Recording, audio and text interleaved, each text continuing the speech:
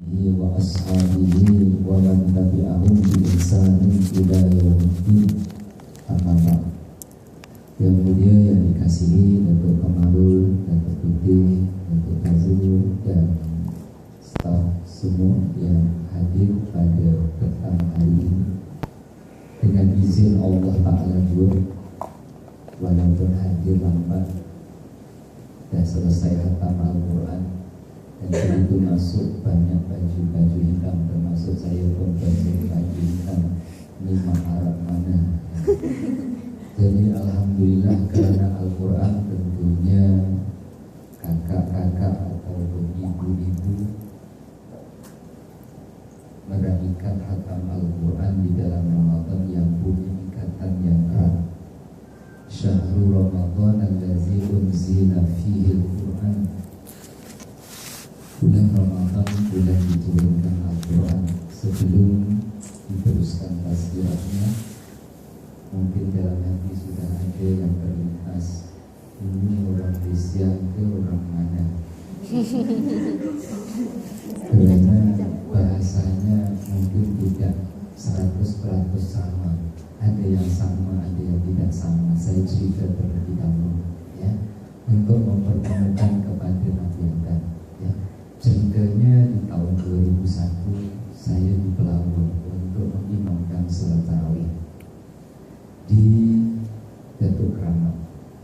Dengan izin Allah Ta'ala, selepas saya salat tarawih ini ada pegawai ataupun kapitangan kerajaan yang mendekati kepada saya untuk melawan duduk Indonesia, diuruskan semua permit dan diuruskan semua kedudukan berada di Indonesia, dan saya pun bersetuju.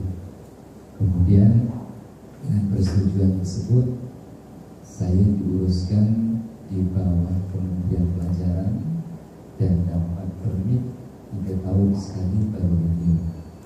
Masa itu saya ditugaskan di sebuah masjid di Seksyen 18 dan ofis saya berada di Kuala Lumpur.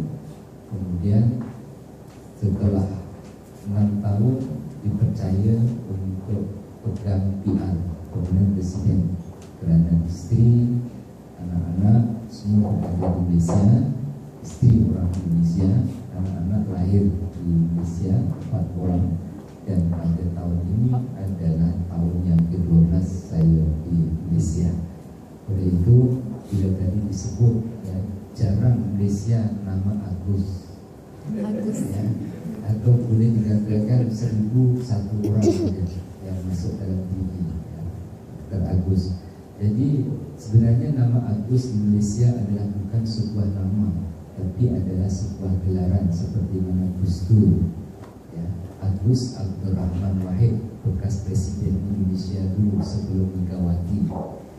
Maka dikenal saya di Shah Alam, khususnya di 18 adalah nama Misbah, bukan nama Agus. Bila saya diminta nama penuh sesuai dengan KTP, sesuai dengan IC merah saya di Malaysia, maka tersebut nama Agus Misbahul Munir. Tapi Agus ini adalah panggilan di mana alhamdulillah saya lahir ke dalam keluarga pesantren ataupun keluarga agama, sehingga ayah disebut Kiai, anak Kiai disebut Agus. Demikianlah tujuan secara ringkasnya. Dan pada petang hari ini alhamdulillah saya masuk kawasan sini, ya, di kawasan Saujana hampir tiap-tiap tahun, tapi bukan di bangunan ini, di Hotel Saujana. Ya, pada tahun ini pun ada program di Hotel Saujana bersama dengan gabungan Sedia Berhad. Itu tiap-tiap tahun bersama-sama dengan anak yatim, mulai daripada petang macam ni, kemudian berbuka, solat maghrib, solat isyak, solat tarawih, kemudian bersurai. Dan pada kesempatan petang ini dapat bersama-sama dengan datuk-datuk, dengan tuan-tuan, dengan puan-puan, dan juga adik-adik remaja sekalian, untuk sama-sama mengambil sebahagian hikmah Allah Subhanahu wa Ta'ala menjanjikan Ramadan. Hikmah Allah Ta'ala panjangkan umur kita sampai kepada Ramadan. Hikmah Allah Ta'ala nyatakan kuasanya sehingga kita dapat kedewasaannya. Semakin dekat dengan maghrib semakin gembira, betul? Ya, semakin dekat dengan maghrib semakin gembira, karena bunga telur dari tangan, bunga sudah ada dan tinggal makan. Tajuk yang ingin saya kongsikan pada petang ini adalah kembali suci bersama dengan Ramadan. Kullu mauludin yuladu ala fitrah. Tiap-tiap bayi lahir itu dalam keadaan suci, dalam keadaan suci, tidak menanggung dosa. Kita tidak mengenal dosa warisan. Walaupun Nabiullah Adam alaihissalam di surga turun atas muka bumi karena melakukan kesilapan tanpa kesengajaan, sebab tertipu dan ditipu daya oleh iblis ataupun ditipu daya oleh syaitan. Tiap-tiap anak lahir dalam keadaan suci, dalam keadaan bersih. Allah Subhanahu wa ta'ala panjangkan umur hingga akhir balik, disempurnakan oleh Allah akan akalnya sehingga dapat membezakan baik dan buruk. Kemudian mulai berjalan, meter pahala, berjalan meter dosa.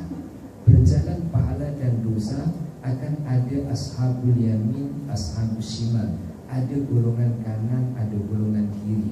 Yang ada di sebelah kanan saya bukan golongan kanan, yang berada sebelah kiri saya bukan golongan kiri.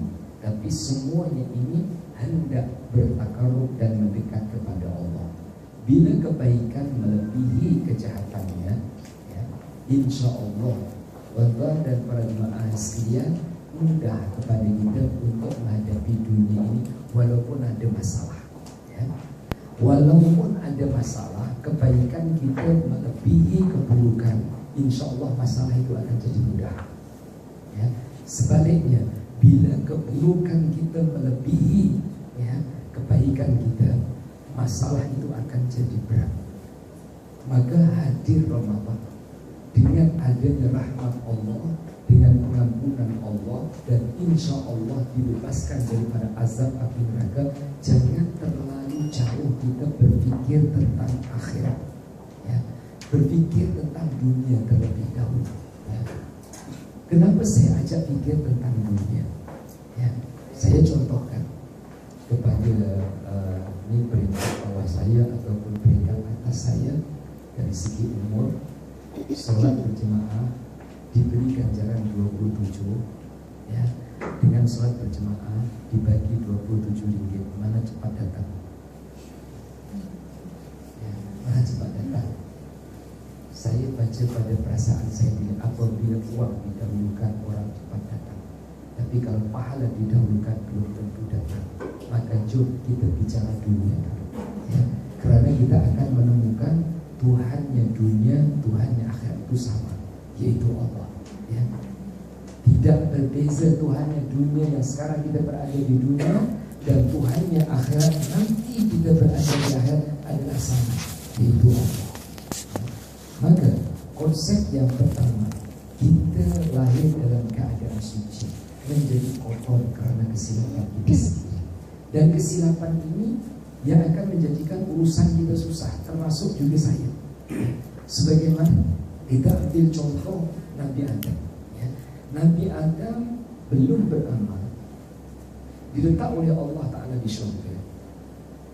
Semua dibenarkan kecuali satu yang ditegah dan yang dilarang, yaitu buah yang disebut sebagai buah khuld. Yang dilarang itulah yang Nabi Adam makan, kerana tertipu dan terpedaya dengan syaitan. Atas sebab kesilapan itu Allah turunkan dari tempat yang mulia pada dunia yang hina. Allah Ta'ala turunkan di tempat yang berbeza dengan istri. Ini satu masalah, ya. Nabi Adam kembali kepada Allah, memohon keampunan kepada Allah. Allah ampunkan. Nabi Adam dipertemukan kembali dengan istrinya. Nabi Adam bertemu dengan istrinya, beranak pinak atas muka bumi, lahirlah kita semua. Di mana tiap-tiap manusia ada kesalahan.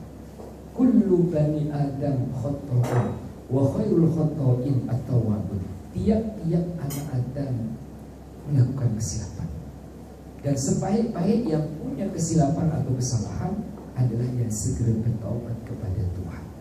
Dan insya Allah Hadirnya Ramadan ini mengembalikan kita kepada fitrah kesucian kita. Maka 29 hari yang kita akan lalui pada sesi tahun ini untuk kita berpuasa, hari yang pertama selepas 29 hari berpuasa dalam Ramadan disebut sebagai Idul Fitri adalah kembali kepada kesucian, ya. Mengenal kepada Allah, Tuhan yang maha berkuasa atas segala sesuatu, menzahirkan ciptaannya untuk dapat kita lihat dengan dua mata, menzahirkan ciptaannya untuk kita dapat mendengar dengan telinga, menzahirkan ciptaannya untuk dapat memenuhi keperluan-keperluan kita sebagai manusia. Hakikatnya adalah Allah mengenalkan kita kepada kekuasaannya. Kita telah dilatih dari hari yang pertama hingga sampai hari yang ke-19 pada hari ini, ya. Pada hari ini hari yang ke-20, ya. Meninggalkan makan, minum dan perkara yang membatalkan puasa. Insya Allah, walaupun belum ikhlas kerana Allah kita berpuasa, tetapi terlatih kita berpuasa adalah kerana Allah, menahan makan dan minum dan perkara yang membatalkan puasa adalah kerana Allah Subhanahu wa Ta'ala. Nah, pelatihan ini, ya, pelatihan yang kita jalani dan yang kita lalui ini melatih kepada kita untuk dapat seimbang urusan dunia dan seimbang untuk urusan akhirat. Seimbang untuk urusan dunia, yang kita akan dahulukan pembicaraan yang ringkas, ya. Dunia ini dizahirkan dan dicipta oleh Allah dan kita diletak oleh Allah Ta'ala di dalamnya supaya kita mengenal Tuhannya dunia, ya. Supaya kita mengenal Allah. Sebentar nanti kita sama-sama berbuka puasa, ya. Ketika kita berbuka puasa, kita mendahulukan doa, Allahumma laka sumtu wa bika amantu wa ala rizqika aftartu bi rahmatika ya arhamar rahimin, secara individu. Rasulullah ajar doa itu, tapi kadang-kadang, ya, puan-puan dan juga rakan-rakan lupa bahwa waktu berdoa, waktu berbuka adalah waktu yang mustajabah doa, ya. Waktu berbuka adalah waktu yang diperkenankan oleh Allah Ta'ala akan doa. Sebelum hati kita dan jiwa kita dimasuki makanan-makanan yang kita akan menjamu selera ketika berbuka, sambungkan hati kepada Allah Subhanahu wa Ta'ala. Selain doa yang diajar oleh baginda, Allahumma laka sumtu wa bika amantu wa ala rizqika aftartu bi rahmatika ya arhamar rahimin. Apa punya masalah kita dalam hidup ini, sampaikan kepada Allah, walaupun 30 saat atau 1 menit. Diam sejenak, sambungkan hati, minta kepada Allah. Buktikan, nyatakan kuasa Allah Subhanahu wa Ta'ala yang memperkenankan doa orang-orang yang berpuasa. Jangan terlalu cepat kepada kita untuk menikmati jamuan ataupun hidangan. Sambungkan dulu kepada Allah. Dan ini alhamdulillah tiap-tiap tahun yang saya rasakan. Dengan izin Allah Subhanahu wa Ta'ala, ya, di peti sejuk saya itu untuk ajar anak-anak banyak doa. Selepas doa Allahumma laka sumtu dan seterusnya, anak nomor 1 kena baca doa ini, minta semoga hafal Quran, minta jadi dokter, jadi ini semua. Kemudian doa ketika itu, yang saya masih ingat lagi, anak saya nomor 1, 2, 3 itu lelaki, ya. Minta pada Allah Ta'ala hendak minta perempuan. Itu saya dengan keluarga dan anak-anak minta di dalam Ramadan, ya. Tanya dengan anak, nah adik apa? Lagi ke perempuan. Abang kata perempuan. Sebelum makan berbuka, kena doa minta pada Allah semoga lahir adik perempuan. Dengan izin Allah Ta'ala keempat perempuan. Dengan izin Allah tentunya. Masa itu saya dahulu untuk pergi haji di tahun lepas, ya. Kemudian lahir pada bulan 2, so pada bulan 3 dengan izin Allah Ta'ala perempuan. Bukanlah pada saya, bukan pada kuasa yang berdoa, tapi pada kuasa Allah yang memperkenankan hamba yang berdoa. Oleh itu memperhatikan Ramadan dengan kelebihan-kelebihannya. Walaupun yang kita lihat itu adalah dunia, tapi mengenalkan kita kepada Tuhannya dunia. Bila kita sudah sedikit sebanyak mengenal Tuhannya dunia, kita berpuasa menahan lapar, dahaga dan perkara yang membatalkan puasa ataupun membatalkan pahalanya puasa, boleh asas kita adalah kerana Allah. Bila sudah asas kerana Allah, kita akan dapat seimbang. Dunia Tuhannya Allah, akhirat Tuhannya Allah. Di dunia kita memang kerja dari rumah ke tempat kerja ini, dari tempat kerja kita balik rumah. Yang kadang-kadang kita terperangkap jam saat kita pergi kerja, ataupun balik pun kita terperangkap jam. Semua ini jadi sejadah kita untuk khidmat kepada Allah Subhanahu wa Ta'ala. Tidak kecewa orang yang beriman dengan segala masalah-masalahnya, karena dengan masalah itu akan mengenal Allah, Tuhan yang sedia untuk membantu masalah. Semakin besar pula kita mengenal Allah yang sedia untuk membantu kita dengan masalah-masalah kita. Maka di awal tadi, memberikan motivasi khususnya kepada saya sendiri dan kepada sekalian jemaah, bahwa bila kebaikan kita melebihi kejahatan kita, kita tetap ada masalah, tapi masalah itu akan nampak dan mudah. Tapi kalau sebaliknya, kejahatan kita melebihi kebaikan kita, hidup penuh dengan masalah yang susah untuk kita selesaikan. Punca masalah mesti kita cari, bukan kita terus selesaikan masalah. Cari punca. Puncanya adalah bagaimana hubungan kita kepada Allah Subhanahu wa Ta'ala. Nah, bagi menambahkan jumlah kebaikan kita melebihi keburukan kita yang kita mengaku ada salah dan silap, Allah hadirkan Ramadan. Di dalam Ramadan, amal sunnah diberikan ganjaran wajib, amal wajib dilipat gandakan oleh Allah Subhanahu wa Ta'ala hingga 70 dan 700 kali ganda. Apatah lagi pada hari ini, jemaah semua menghatamkan Al-Quran. Satu huruf daripada Al-Quran dibaca di luar solat, Allah Ta'ala beri 10 kebaikan. Ada satu huruf. Kemudian di dalam Ramadan dikalikan 70. Bila dibaca dalam keadaan berwudu dan di dalam solat, kelipat gandaan pahala itu adalah lebih besar. Saya ada beberapa kelas yang saya tubuhkan dari tahun 2003, kelas Latan Sabil Quran, kelas Madrasah Muratil Quran, kelas Halaqah Tilawah Al-Quran yang berada di Sya'alam. Yang Halaqah Tilawah Al-Quran ini satu hari satu juzuk bersama dengan saya Isnin, Selasa, Rabu. Banyaknya adalah kumpulan BOP, Persatuan Orang Pincin. Waktunya adalah pada pukul 9 hingga sampai 11 pagi. Jemaah Asia. Jadi dari beberapa kelas Al-Quran ini berkah yang Allah Subhanahu wa Ta'ala beri baik pada saya ataupun pada para jemaah tidak dapat untuk diungkapkan dengan kata-kata. Sehingga kami berani kerana Allah, berani sebab percaya kepada Allah, pahala boleh ditukar dengan waktu. Para jemaah Asia, bila kita punya banyak simpanan pahala, boleh bertukar dengan wang. Kita punya banyak pahala, boleh bertukar dengan kesihatan. Kita punya banyak pahala, boleh bertukar dengan anak yang belum punya anak. Kita punya banyak pahala, boleh bertukar dengan jodoh yang belum punya jodoh. Yang belum punya jodoh, sudah semua punya jodoh. Pertukaran ini boleh terjadi apabila kita ada uang simpanan dalam bank dan kita ada debit card ataupun kredit card. Di mana-mana kita boleh cucuk. Boleh cucuk punya nombor PIN dengan catatan dalam ada duit. Kalau duit tak ada, kita cucuk di Malaysia pun tak keluar duit, di Saudi pun tak keluar duit, di Jakarta pun tak keluar duit, dalam tak ada. Bila dalam ada, cucuk di Jakarta keluar rupiah, cucuk di Saudi keluar rial. Apa keperluan kita?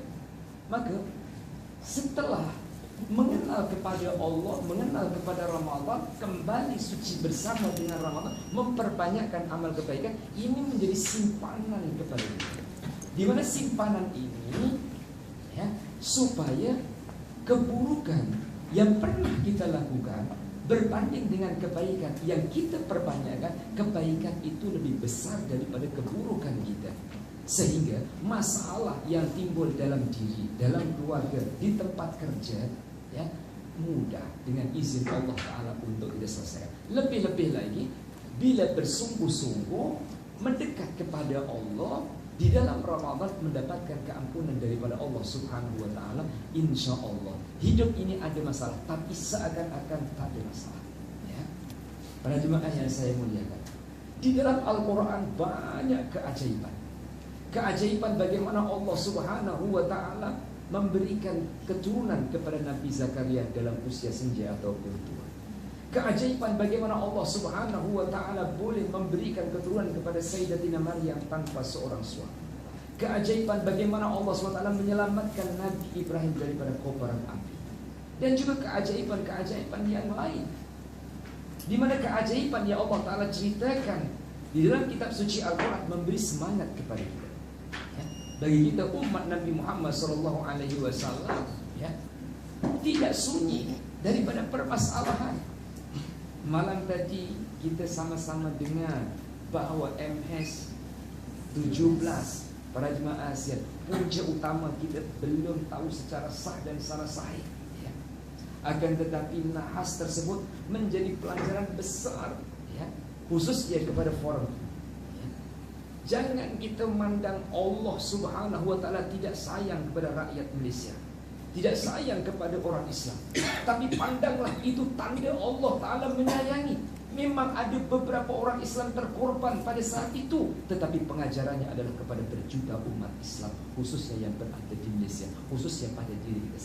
Saya pun naik bulu roma, semua takut mati kan, ya, pada jemaah ASEAN. Kerana di akhir zaman ini, yang kita, saya adalah umat akhir zaman. Nabi menyebut, ya, diutusnya Rasulullah dengan kiamat, kata Nabi, kahataini, seperti mana dua jari yang tidak ada jaraknya. Artinya Nabi dilantik jadi Rasul dengan kiamat itu terlalu hampir. Maka kita umat Nabi adalah umat akhir zaman. Umat akhir zaman akan kena dua penyakit, akan dilanda dua penyakit. Penyakit yang pertama adalah hubud dunia, terlalu cinta kepada dunia. Penyakit yang kedua yang melanda kita adalah waqarahiyatul maut, penyakit takutkan mati. Tepuk dada, tanya diri, ya. Dua penyakit ini virusnya kuat tak dalam diri kita? Bila dua penyakit ini virusnya kuat dalam diri kita, penawarnya ada di dalam Ramadan. Penawar dan ubatnya ada di dalam Ramadan, ya. Kerana Rasulullah SAW menyebut sumu tasihu, puasalah kamu akan jadi sehat. Sedangkan Nabi mengatakan ada dua penyakit melanda di akhir zaman, terlalu cinta kepada dunia dan takutkan mati, ditawarkan dan diubatkan dengan adanya puasalah kamu akan jadi sehat, ya. Muslimin muslimah dan seluruh jemaah sekalian, ya. Sememangnya pada kita lapar perlu makan, betul? Haus perlu minum, ya. Ini adalah keperluan kita kepada Allah yang dizahirkan dengan keperluan yang diciptakan oleh Allah Ta'ala. Maka di saat kita memerlukan sesuatu, dahulukan Allah, supaya jadi kesan walaupun perjumpaan ini hanya sekejap dan sebentar. Saya mengenalkan untuk saya dan muslim-muslimah semuanya, dan juga Datuk, bahawa Allah dulu, Allah kini, Allah terus. Artinya kita sentiasa mengingat segala nikmat datang daripada Allah. Dan nikmat yang diserahkan oleh Allah SWT pada kita ini adalah kita kembalikan kepada Allah. Akhirnya terus kembali kepada Allah. Maka Allah dulu, Allah kini, Allah terus. Ketika kita, ya, diberikan nikmat, daripada nikmat itu mungkin esok lusa akan bertukar, ya. Bertukar menjadi apa? Bertukar menjadi ujian, di mana ujian ini menguji kepada kita, apakah hati kita sangkut kepada pemberian atau hati kita ingat kepada Allah Ta'ala, Tuhan yang maha memberikan. Saat ini saya berada di atas sejadah, sama seperti mana sebahagian jemaah duduk atas sejadah. Saya perlu sejadah ke sejadah perlu saya? Tolong puan-puan jawab. Saya perlu sejadah ini ataupun sejadah perlu saya? Yang pertama atau yang kedua? Yang pertama, saya perlu sejadah. Yang kedua, sejadah perlu saya. Jawapannya yang pertama, saya perlu sejadah, ya. Maka ketika saya bangun sejadah, saya tak bawa, ya. Nanti Datuk marah bila ini saya bawa balik. ini dapat kita aplikasikan kepada dunia. Kita perlu pada dunia, tapi tidak akan dunia kita bawa kembali ke alam barzah nanti. Ya. Kita perlu, akan tetapi bukan kita bawa, maka kita teroka dan kita guna. Ya. Guna kemana? Guna satu, kembali khidmat kepada Allah. Ya. Pergi kerja, khidmatnya adalah kepada Allah. Yang kedua, khidmat kepada sesama manusia. Yang ketiga, karena kita perlu dunia, kita mengambil bahagian rezeki yang Allah Ta'ala berikan kepada kita. Insya Allah dihabarkan oleh baginda, akhir zaman akan dilanda dua penyakit. Satu, terlalu cinta kepada dunia. Kita kenali terlebih dahulu dunia. Ya. Kita kenali terlebih dahulu dunia. Apakah cinta kita terhenti kepada dunia, ataupun cinta kita bawa untuk mencintai Allah Tuhannya dunia? Saya contohkan, ya, ketika kanak-kanak, ya, ketika kanak-kanak itu suka kepada mainan, ya, kemudian besar sikit, ya, mainan sudah mulai ditinggalkan, suka basikal, ya, rawan ke sana kemari, ya. Kemudian bertambah dewasa, masuk kepada usia remaja, sudah suka kepada perhiasan. Masuk lagi, ya, kepada usia dewasa, suka kepada pasangan. Lebih berumur lagi, mulai suka adanya keturunan. Lebih tinggi lagi, lebih tua lagi punya usia, suka kepada kedudukan. Daripada tahap pertama naik, singgah rasa cinta kita kepada sesuatu, singgah rasa cinta kita kepada selain Allah. Dan semoga ketika kita mencintai selain Allah adalah mencintai yang diserahkan oleh Allah Ta'ala. Suami kepada istri, cinta mencintai, tapi asal cintanya adalah kerana Allah. Kita dengan harta yang kita jaga, kita pelihara, kita punya rumah, kita punya kereta, tapi asas kita menjaga adalah kerana menjaga milik Allah Subhanahu wa Ta'ala. Maka insya Allah keluar kita daripada Ramadan, penghayatan Ramadan yang kita hayati dalam perjalanannya, kita memang perlu dunia, tetapi tidak berhenti cinta kita kepada dunia, kerana sudah mendapatkan pertolongan dari Allah bahwa penyakit yang pertama yang melanda kepada umat baginda terlalu cinta kepada dunia, hadir dan datang Ramadan kita dapat menyeimbangkan. Sebelum berbicara yang kedua, ya, bagaimana yang awal tadi saya sebutkan, bahwa dunia ini diajak bicara oleh Allah. Wahai dunia, jikalau hambaku berkhidmat kerana-Mu, susahkan dia. Jika hambaku berkhidmat kerana aku, layani dia. Allah berbicara dan berfirman kepada dunia demikian. Kalau kita kerja semata-mata kerana dunia, tidak akan disusahkan oleh dunia. Tetapi apabila kita kerja adalah kerana Allah, dunia akan melayani kita. Dan ini rasakan sama-sama supaya kita dapat merasakan benarnya sabda Allah Subhanahu wa Ta'ala dan benarnya dunia berkhidmat kepada hamba yang berkhidmat kepada Allah Subhanahu wa Ta'ala. Maka Allah Ta'ala mengenalkan dunia di tangan kita, terpulang kepada kita untuk menggunakannya. Apakah diguna untuk kebaikan ataupun kejahatan? Bila diguna untuk kebaikan, Allah siapkan ganjaran dan juga pahala. Salah satu contoh, ya, kita punya 10, ya, puan-puan punya 10 ringgit. Ya. Kemudian datang seruan Allah Ta'ala untuk membantu saudara kita yang berada di Palestin, sehingga kita bersedekah sedikit. Saya tanya dulu, 9 disedekahkan 1, baginya berapa? Puan-puan, baginya berapa? 9, betul. Pertanyaan yang kedua, tujuan saya bertanya untuk sama mengenal Allah. 9, ya, dikurangkan 1 atau disedekahkan 1, ya, jadi berapa? Bukan bagi berapa, jadi berapa? Jadi dengan bagi lain, ya. Kalau baginya berapa? 9, betul. Jadi berapa? 19. Jadi 19. 10 kita sedekahkan 1, jadi 19. Kalau bagi betul 9, tapi jadinya 19. Kenapa? Ya, karena yang 1 akan dipulangkan minimal 10 oleh Allah Subhanahu wa Ta'ala. Dan ini sudah terbukti Allah menepati kepada janjinya.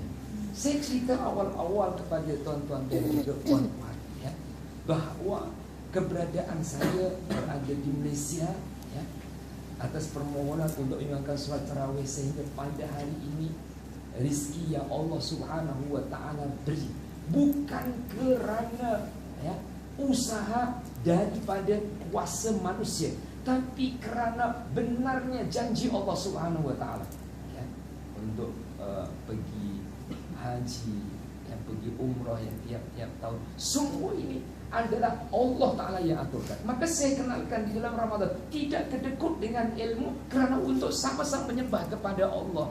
10 disedekahkan 1, jadinya 19. Pertanyaannya seterusnya supaya tidak mengantuk. Ini sudah semakin dekat dengan maghrib, sudah semakin ya.